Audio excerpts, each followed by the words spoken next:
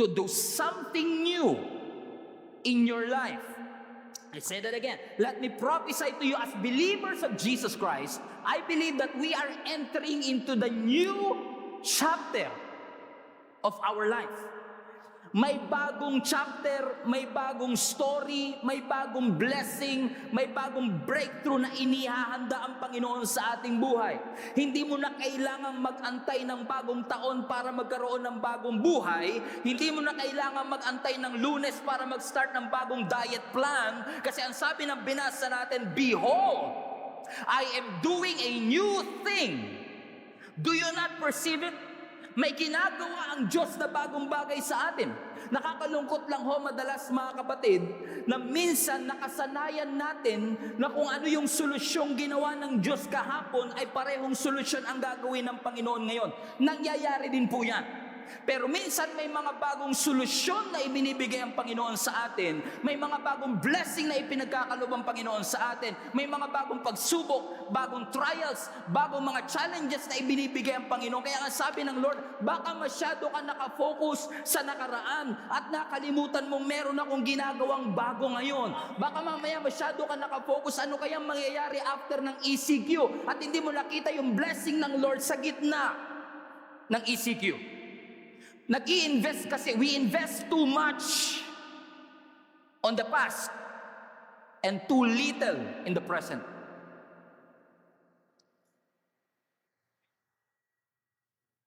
Kaya hanggang ngayon, hindi pa rin tayo makamove on. Masyado tayong nostalgic sa good old days.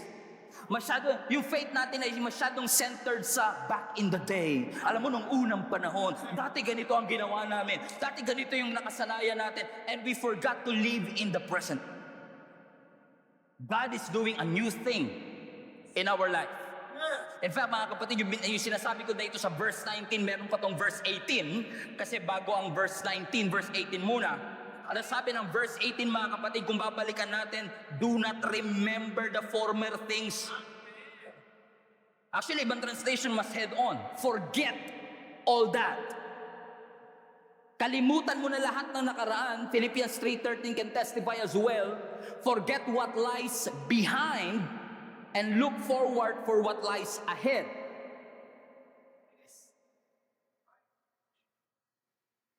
Interesting. God is doing something new in our life. Ibig ba sabihin, Pastor, kalimutan na namin ang nakaraan? Hindi ba parang contradictory yan sa sinasabi ng Panginoon sa atin to recount, recall, and remember all the good things that God has done? No. Hindi natin sinasabi at hindi natin dinidiscredit ang lahat ng blessing at lahat ng breakthrough na ginawa ng Lord sa nakaraan. Hindi ko sinasabi na kalimutan na natin ang lahat ng blessing na ginawa ng Lord sa nakaraan, pero baka mamaya masyado tayong focus sa mga success ng nakaraan, sa mga blessings na nakaraan, na hindi na natin nakikita may mga bagong blessing, may mga bagong testimony, may mga bagong breakthrough na dinedevelop ang Panginoon sa ating buhay, and we don't see it.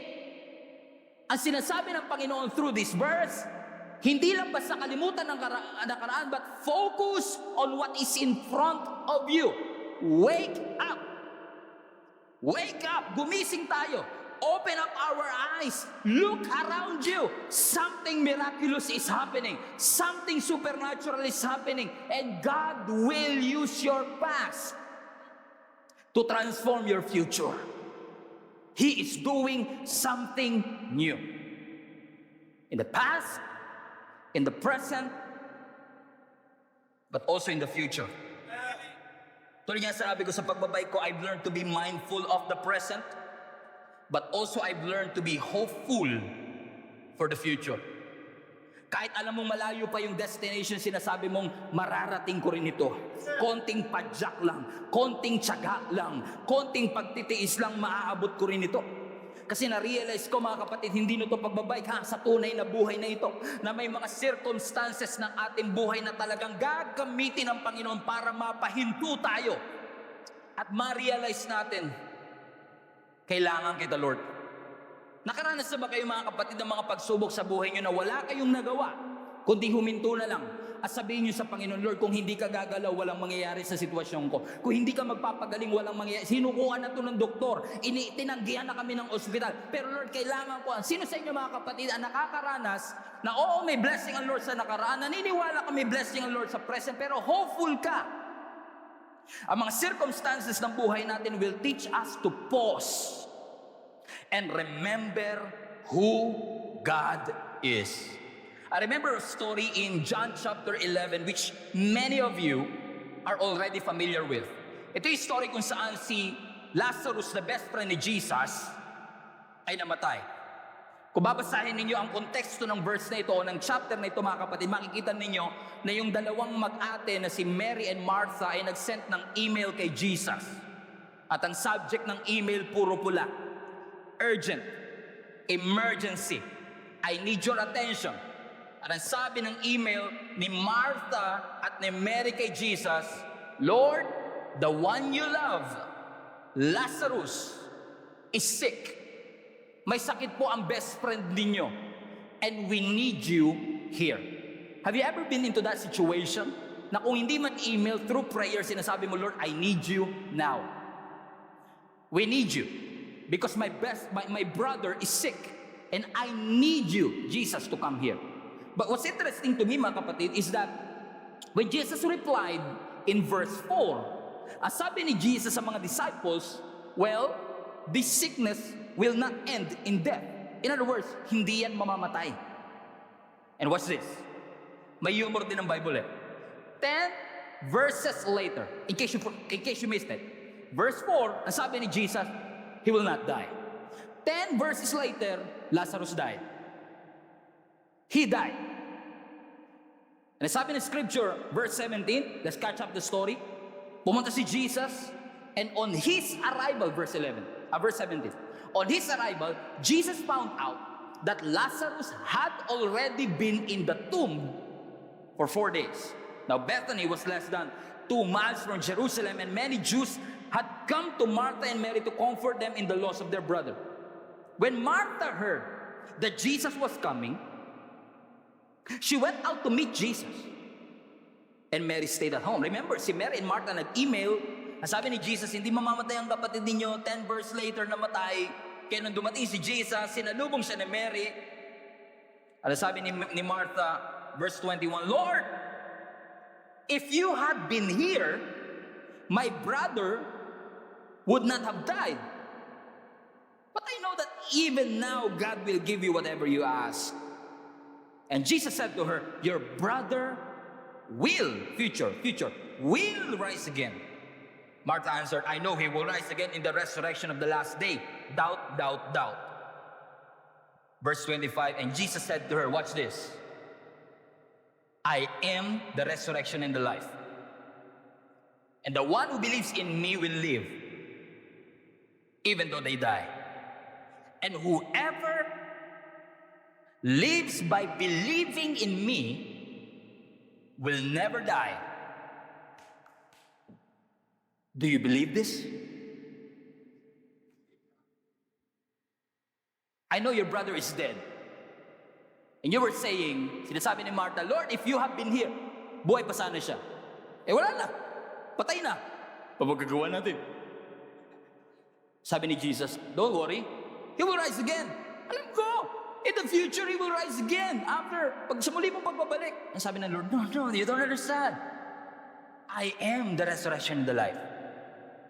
So alam ko patay na siya, but hey, I am the resurrection and the life. Do you believe this?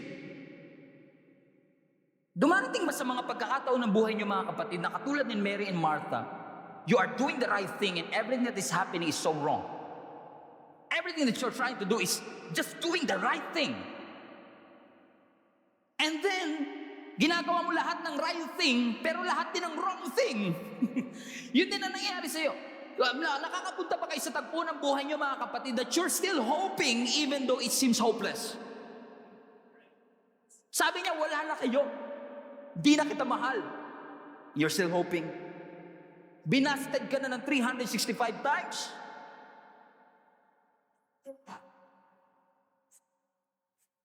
May leap year pa, pastor. May leap year pa, pastor. I'm still hoping. Have you ever been in a situation, mga kapatid, na parang pag tinitignan mo ang sitwasyon, parang napaka-hopeless? Ano mga kapatid, that hopelessness, katulad na nangyari kay Martha, hopelessness, watch this. Hopelessness is a powerful emotion. These days, you need hope as a weapon. Yung hope na hindi mo mabibili kila Aling Nena. Sigarilyo kasi yun. Yung hope na ito ay kailangan natin na weapon lalo na ngayon.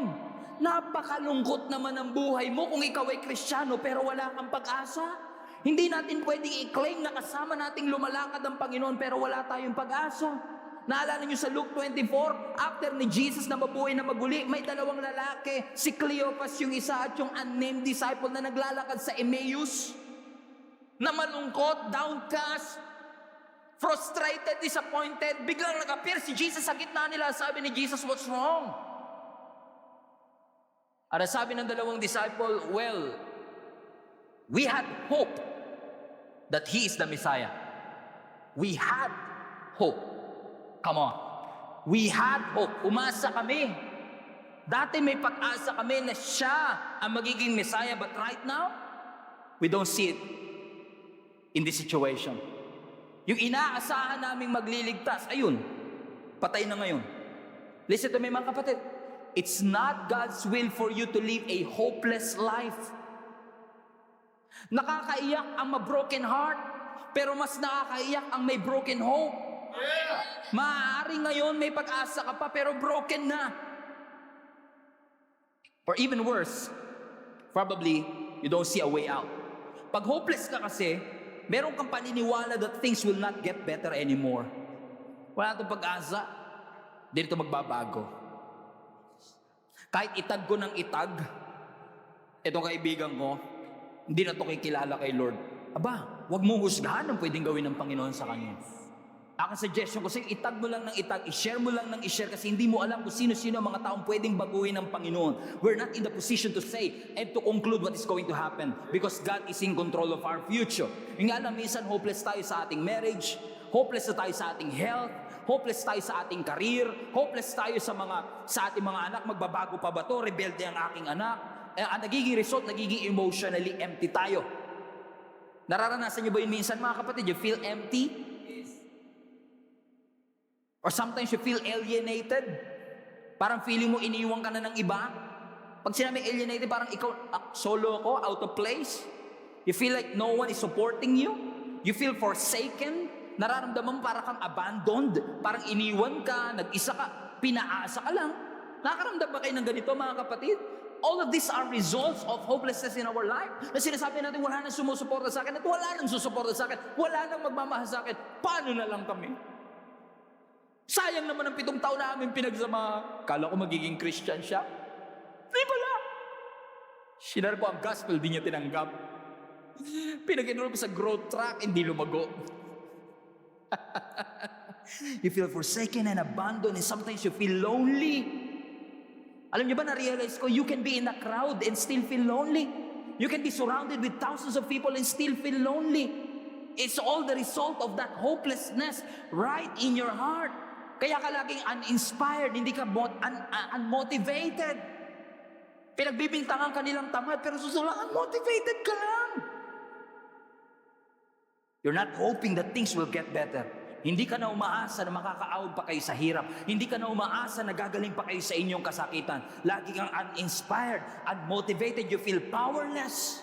You feel overwhelmed. You feel like giving up. And you think and you conclude in yourself, you concluded in your mind, I will never be happy again. I'm hopeless. Lagi na lang ako oppressed. Lagi na lang akong limited. Hindi masiguro ganito ka-exaggerated, pero ganito yung naramdaman ni Martha. Sumulat ako, Lord. Napunta lang sa spam, kaya siguro hindi mo nabasa. Nag-email po ako that my brother is sick. Now you came here 4 days later, 4 days nang patay si brother. I feel hopeless. We feel overwhelmed. Sabi ni Martha, Lord, if you have been here, my brother would not have died. And sabi ni Jesus, hey, I am the resurrection. I am the life. We always look at this story as a resurrection of Lazarus. But when I was reading this again and again and again, I realized may dalawang resurrection na nangyari sa story na to. Yung resurrection ni Lazarus at yung resurrection ng pag-asa ni Martha. God wants to resurrect yung hopelessness na naramdaman ni Mary and ni Martha. Because sa buhay natin mga kapatid, alam kong marami sa atin, ang nasa hopeless situation, hindi mo makokontrol yan. Pero sinasabi ng Panginoon, patay na, oo, but I am the resurrection and the life. Even death is not a dead end to God. Satan just convince us, kinumbinsi tayo, and Satan make us believe na ang Diyos natin incompetent, na ang Diyos natin incapable, na ang Diyos natin ay impotent. No, He is not. Ang Diyos natin is able to do exceeding abundantly above all that we could think or imagine. Lagi sinasabi ni Satan sa'yo, walang magagawa yung Diyos mo, hindi ka pinapakinggan ng ating Panginoon. No, He's not. My God is able. My God is capable. So the next time that you look at your situation, look with hope. You may feel dry, empty, and overwhelmed, but remind yourself, God is able. God is able to do immeasurably above all that we could think or imagine. Bakit? Because God's character has not changed. Ang character ng Lord hindi nagbago. Mabuti siya noon, mabuti siya ngayon, magiging mabuti pa rin siya. Kahit ano pa man panahon. His character has not changed, and His grace and His mercy will help us get through what we are going through right now. Alam ko mahirap ang buhay. Yes, the journey is hard, but the same power and the same grace that tumulong sa atin to get through all the things that we have gone through is also the same power and the same grace na ipinangako ng Panginoon that He will always be with you. Hindi ba may pag-asa kapag gano'n? Na parang feeling natin minsan namatay na yung pag-asa, namatay. Para si Joseph ba? May dream na ibinigay ang Lord kay Joseph. Tapos nakita ni Joseph ang sarili niya noon, nasa balon. Hindi naman tumukang palasyo Nasa balon siya. Binenta siya ng kanyang mga kapatid. Remember that? And sometimes we are in that situation na may pinangako ang Lord, pero sabi ko, Lord, magiging successful ako. Bakit walang bumibili ng mga binibenta ko? Nag-online selling ako, isa lang viewer, ako pa yun. So, minamind ko na lang sarili ko mind. Para kunwari may nagmamind. Gumawa ko ng fake accounts, mga 94. Shinare ko para madaming share. Pero ako din yun. Pag tinignan mo yun, isang friend lang lahat yun. Because sometimes we are in that situation. Katulad ni Joseph. I can imagine si Joseph habang siya nandun sa pit, habang siya nandun sa balon. He may be talking to himself and say, kala ko ba palasyo, ba't balon to? It doesn't look like a palace. It doesn't look like a blessing. It doesn't look like a breakthrough. It doesn't look like what God has promised in my life. Kasi minsan, iba yung nakikita mo sa ipinangako ng Panginoon. Sabi mo, Lord, hindi siya mamamatay. Sabi ni Martha, siguro. Sabi mo, it will not result in death. In 4 days now, mummified na. Balot na balot eh. Paano mo sasabihin it's not dead? Sometimes we are in that situation. But let me just remind you this. Ano mang bagay na nangyayari sa ating buhay, even death, is not a dead end to God. Kasi years and years later, pagkatapos makita ni Joseph ang sarili niya sa balon, because of God's goodness and faithfulness and kindness in his life, napunta siya sa palasyo, fast forward ko na lang, naging vice president siya ng Egypt. Nagkaroon ng tagutom sa entire Middle East, or for that matter, entire world. At walang ibang source ng food kundi yung Egypt lang. And guess what? Sino tagapamahala ng food? Si Joseph. Si Joseph na binenta. Ngayon nasa palasyo. Second in command na pinakamakapangyarihang tao on that ancient world. And I love what happened in Genesis 45. Kung saan nagkita-kita na yung mga brother na nagbenta sa kanya. As si Joseph na hindi nila nakilala dahil sa eyeliner. Egypt kasi. Look at it. I just love this. Look at this. Verse 4. I want you to pay attention to this. Kung nagluluto ka, naghahalo, hinto mo muna ng konti. Ang sabi ng verse 4, please come closer, he said to them. So the brothers came closer, and he said to them, I am Joseph, your brother, whom you sold into slavery in Egypt. But don't be upset. Don't be angry with yourself for selling me to this place. It was God who sent me here ahead of you to preserve your life. Di ko alam kung napansinin niyo mga kapatid. Watch this again. Sabi ng verse 5, don't be upset. Don't be angry with yourself for selling me to this place. Binenta niyo ako. But it was God who sent me here. Same incident, different interpretation. Ang sabi ni Joseph, binenta niyo ako, pero okay lang, na-realize ko, sinent talaga ako ng Diyos. Ulitin ko ulit. Huwag kayong mag-alala, huwag kayong magagalit na binenta niyo ako. Okay lang, na-realize ko naman na sinent talaga ako ng Panginoon dito. So, sinasabi ni Joseph, alam ko, nagigilty kayo, binenta niyo ako, pero okay lang, plinano ng Diyos siya. Noong mga panahon nandun ako sa balon at feeling ko wala ng pag-asa, kasi ang nakita ko lang yung pagbenta sa akin, hindi ko nakita yung plano ng Diyos in the future. Nawalan ako ng pag-asa, akala ko hindi na matutupad yung ipinangako at yung dream at yung vision na pinakita ng Panginoon sa akin. Pero huwag kayong mag-alala. Years later, realize yung pagkabenta sa akin ay talagang purpose ng Lord, ginamit ng Lord para yung pagbenta ay mauwi sa pag-send sa akin. You sold me, but God sent me. Hindi ko na-realize noon kasi nandun pa ako. Nawalan ako ng pag-asa, akala ko wala nang pwedeng makatulong sa akin. And then I realized something. Everything that happened to me before, inalaw ng Panginoon. May purpose pala ang Panginoon. And if that happened to Joseph, maybe you are in a situation na para ka rin nasa balon at iniisip mo wala na yatang pag-asa.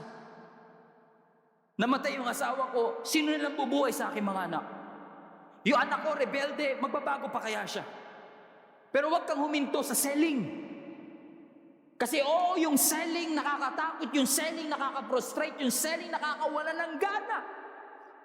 Pero years later, Joseph realized, teka lang, yung pagbenta sa akin noon, may purpose pala ang Panginoon. Sinend talaga pala ako ng Panginoon. Pinadaan lang ako sa balon, pero dito rin talaga ako pupunta. Ano nangyari mga kapatid? Years later, watch this. Years later, si Joseph nagkaroon ng revelation. Revelation na hindi niya makita before. Sino sa inyo mga nananalangin kayo mga kapatid? Tayo pa naman, ang gagaling natin mag-pray, ano? Parang, a prayer a day will keep the problem away. Mga ganyan. Ginawa ko lang yan eh.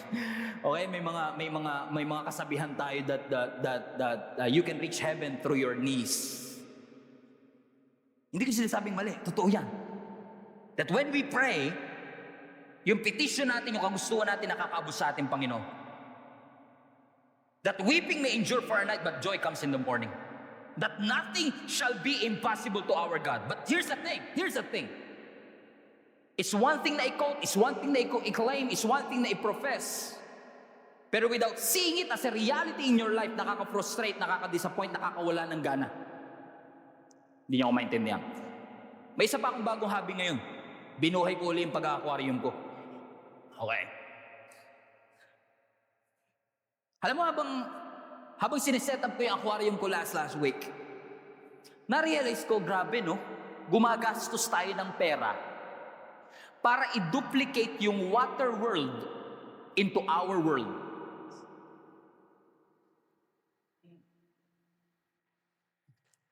Pag nag-aquarium ka kasi kailangan mo ng oxygen. Kailangan yung water nagsa-cycle para hindi malason yung mga isda. Sa ilog, hindi mo na kailangan, natural na yun sa ilog. Nung nilikha ng Diyos yun, natural na, may cycle na, may oxygen na yun. Tayo, pag nilagay natin sa living room natin, dinuduplicate natin yung buhay nila sa tubig, sa mundo natin, nire-recreate na nga lang natin, hirap na hirap pa tayo eh. Alam nyo, ito yung story ng marami sa atin. Yung pag nire-recreate mo yung sinabi ng Lord sa Bible, tapos tinitignan mo sa buhay mo, parang ang hirap. Pag sa Bible, parang dali-dali. Ay, kailangan pala ng oxygen, kailangan pala ng mga ganito. May substrate pa pala para mabuhay itong mga halaman na to. Parang dali lang pinapanood ko.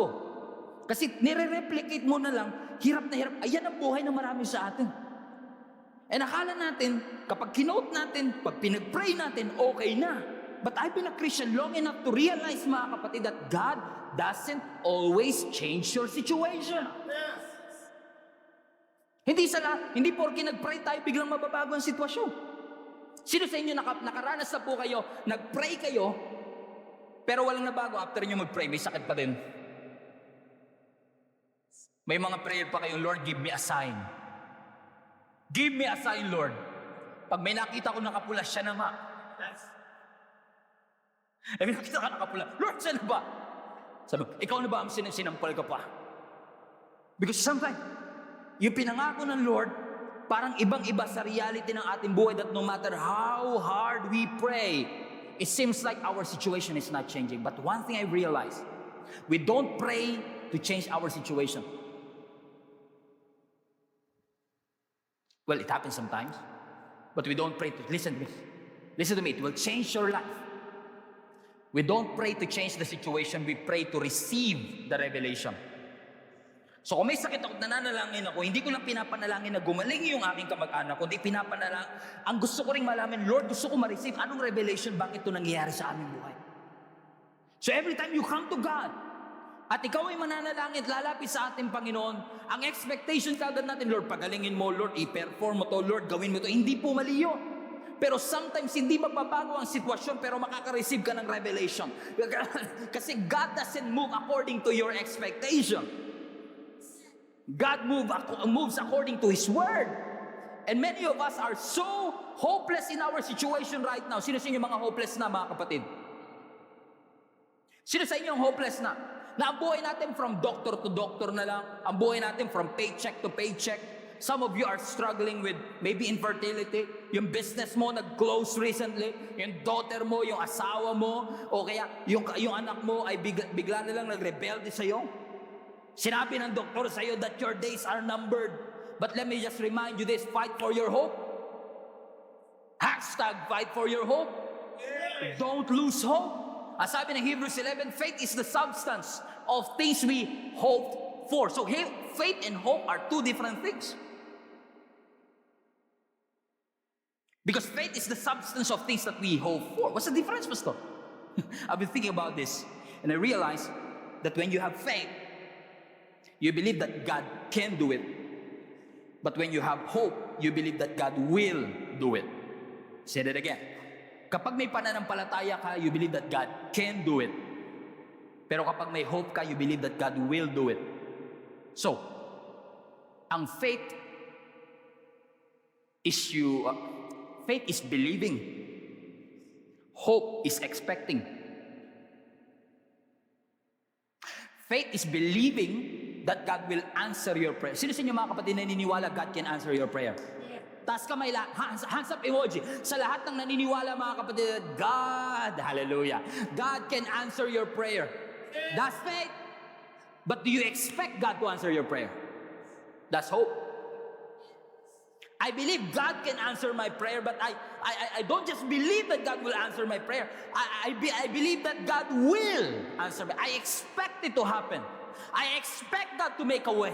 I expect God to heal our sickness. I expect God to do great things. I expect God to open the door of opportunities in my life. I don't just believe in opportunity. I expect that. I have hopes. So regardless of the situation that you are in, I want to encourage each and every one of you, don't lose hope. Kasi posibleng naniniwala ka pa rin na ang Diyos makapangyarihan, pero posibleng hindi ka na naniniwala na mangyayari sa iyo yan. Kasi nawalan ka na ng pag-asa. Para sa kanila lang yan, para sa mga nag-testify lang yan, para sa mga pastor lang yan, para sa imper, para sa akin, di yan para sa akin. But faith is believing, but hope is expecting. I'm expecting that it's going to happen in my life. So don't give up. Don't lose hope. Ang sabi ng Hebrews chapter 10, let us hold fast the confession of our hope. Watch this. Without wavering. Panghawakan mo, kapatid, ang iyong pag-asa without wavering, for God who promised is faithful. Are you reading this verse? Let us hold fast to the confession of our hope without wavering, for He who promised is faithful. I love it. I love it. Hope without wavering. Hope without wavering. Hope that it doesn't waver. Waver means it doesn't shake. You don't hesitate. Ang sabi dito, let's hold fast the confession. I-confess mo na i-confess na parang wala kang pagdududa. I-confess mo na i-confess na parang hindi na si-shake. Kasi yung hope na ito is rooted in God's faithfulness. Ang sabi ng verse, He who promised is faithful. Ang Diyos na nangako ay tapat.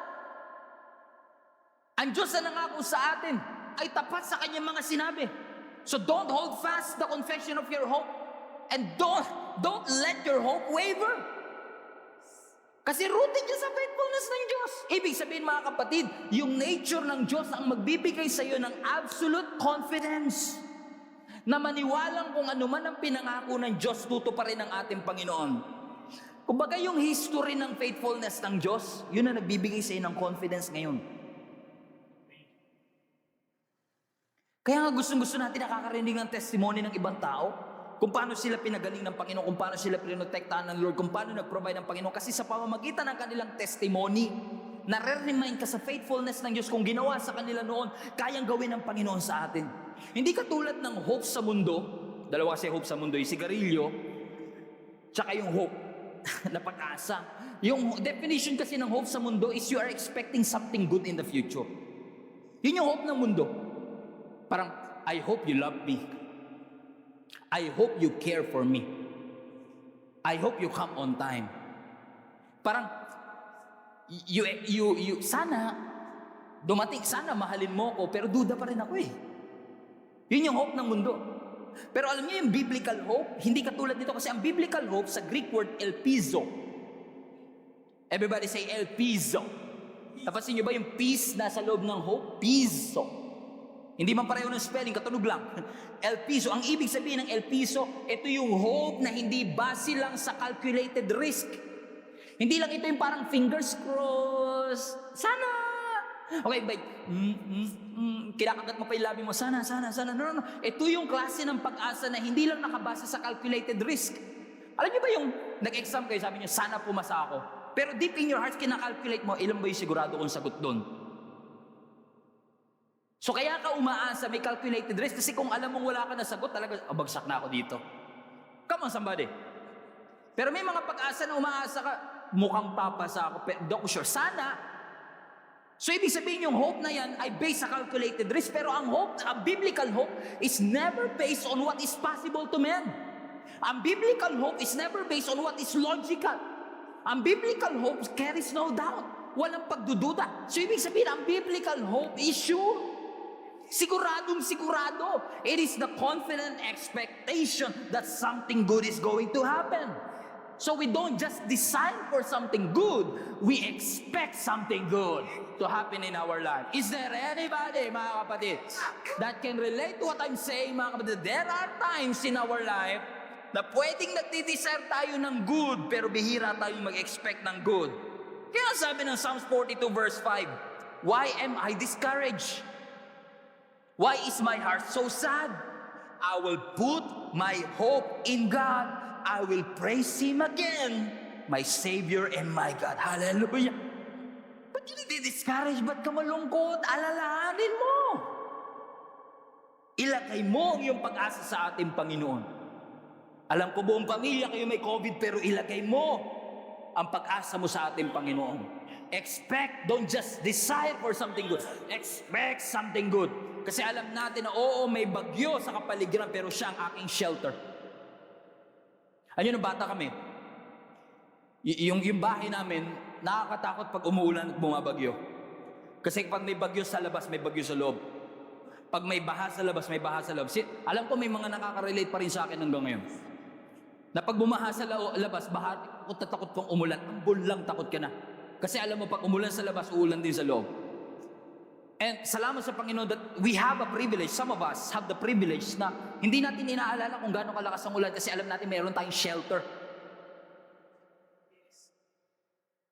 Bobong na hindi tatagas, lugar na hindi babaha. Right? Ano mga kapatid?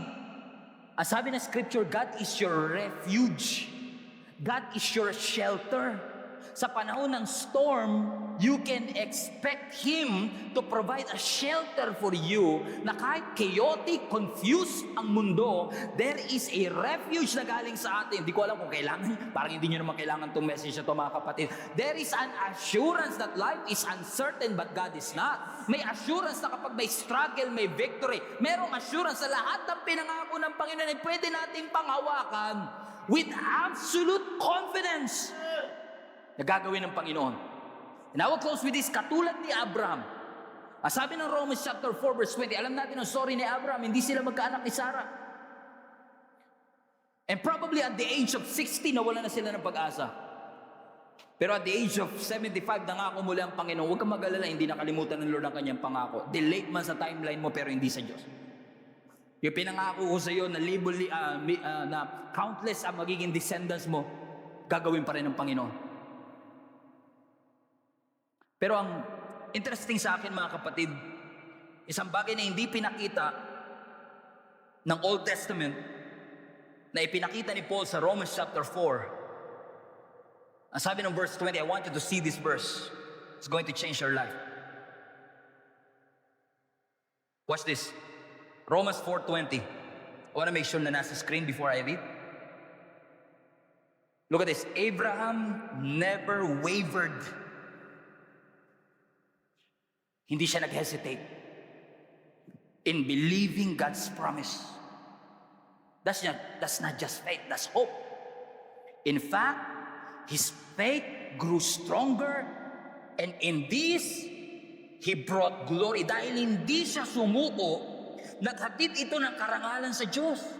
Verse 21, he was fully convinced that God is able to do whatever He promises.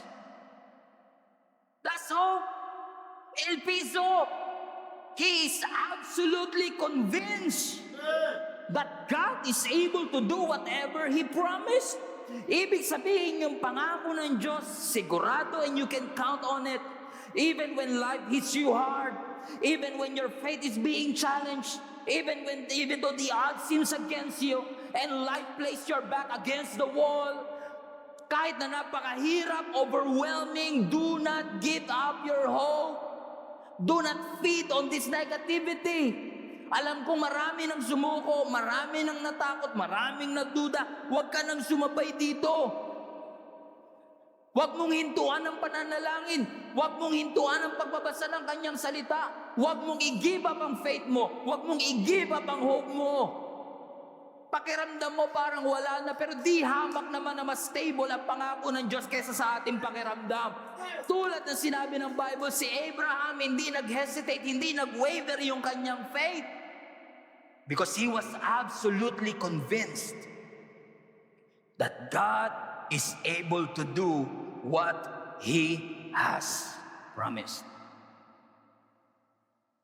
25 years. He never wavered. 25 years, hindi siya sumuko. Gusto masyado matagal yung 25, pwede bang mga 12 lang? Well, New Testament, there is a girl na dinudugo for 12 years. He was hemorrhaging. 12 years. Guro lumapit na siya sa doktor. The Bible is implying na lahat ng kanyang ari-arian na ubos na. Siguro kakahanap niya ng doktor na makakapagpagaling sa kanya. So she did everything but nothing is working. Hopeless situation. But I want you to go to your Bible after the service, read that passage again. 12 years of misery, 12 years of hopelessness. But when she heard about Jesus, hopeless situation. The doctor says, walang pag-asa, lahat ng ari-ariang binenta na. But when she heard about Jesus, siguro sabi niya sa kanya sarili, enough is enough. I've been sitting here all day for 12 years and I will never allow myself to be in the same misery and the same situation over and over again. Enough is enough. Hindi ako makakalakad pero pwede akong gumapang. And that's what she did. She crawled her way to His miracle. Gumapang siya para mahawakan ang laylayan ng damit ng ating Panginoong Yesus. And maybe mga kapatid, some of you are hopeless. Hindi man 25 years katulad ni Abraham, pero pwedeng 12 years kasulad ng babaeng ito. But just like this girl, that she did everything but nothing is working. This is not an accident that you are hearing this message. Kasi sabi ng scripture, when he heard about Jesus, she crawled her way to her victory. Kinalagkad niya ang kanyang sarili. She dragged herself para maranasan niya ang victory na ito. And I want to encourage each and every one of you. God wants better things in your life. I know you've been hurt, you've been disappointed, you've been abandoned, but do not allow defeat to win over your life. Do not allow defeat in your life. Kung kinakailangan gumapang, kung kinakailangan na kahit na malungkot, magpupuri pa din, na kahit maingay, magko-quiet time pa din, na kahit walang pamasaya, magsisimba pa rin, na kahit walang Bible, maghahanap ng paraan para makabasa pa rin ang salita ng Panginoon, na kahit walang data, gagamitin ang lahat para makapag-aral. Gagawin ko ang lahat because I will refuse to be defeated. I will never lose my hope. I will always fight for my hope because I know that God wants better things in my life. Mga kapatid, we are entering a new chapter in our life and I believe God is talking to somebody right now. Don't lose hope. No retreat. No surrender. As sabi ng scripture, after you suffered for a little while. 1 Peter 5. Pagkatapos mo maghirap for a little while, He will restore you, He will support you, He will strengthen you, and He will place you in a firm foundation. A foundation that will never be shaken. I don't know who I'm talking to. I don't know who is this for. But somebody out there. Di ko alam kung live nanonood. Probably later. Probably 5 years later. I want to encourage you. Don't lose hope. Nag-give up na buong pamilya, but don't lose hope. You have concluded in your mind. Some people concluded in their minds. Wala na, iniwan na tayo ng Diyos, pinabayaan na tayo ng Panginoon. But fight for your hope. Ano kung bakit fight for your hope? Kasi it's easy for us to give up our hope. But Jesus promised us He's the same yesterday, today. He's the same in the past, in the present, and in the future. Lord, thank you. Kasi pareho kang Diyos na nangako sa amin that you have already taken care of our past. Thank you, Jesus. There is hope. Kasi kahit ano pang nagawa natin pala nung nakaraan, inaayusan ng Panginoon yung through the cross. Hindi ba pag-asa yun, mga kapatid? Hindi ba pag-asa, mga kapatid, na sa present nangako ang Diyos that God will be with you? Hindi ba hope at hindi ba pag-asa na nangako ang Panginoon that in the future, God will resurrect even the dead and we will be with Jesus in the eternity. Ano ang sitwasyon ng ating buhay? Ano mang panahon, ano mang sitwasyon, past, present, or future. Lord, maraming salamat. There is hope in Jesus Christ. I will place my hope. I will place my trust. I will place my faith in you, for I know that you are able.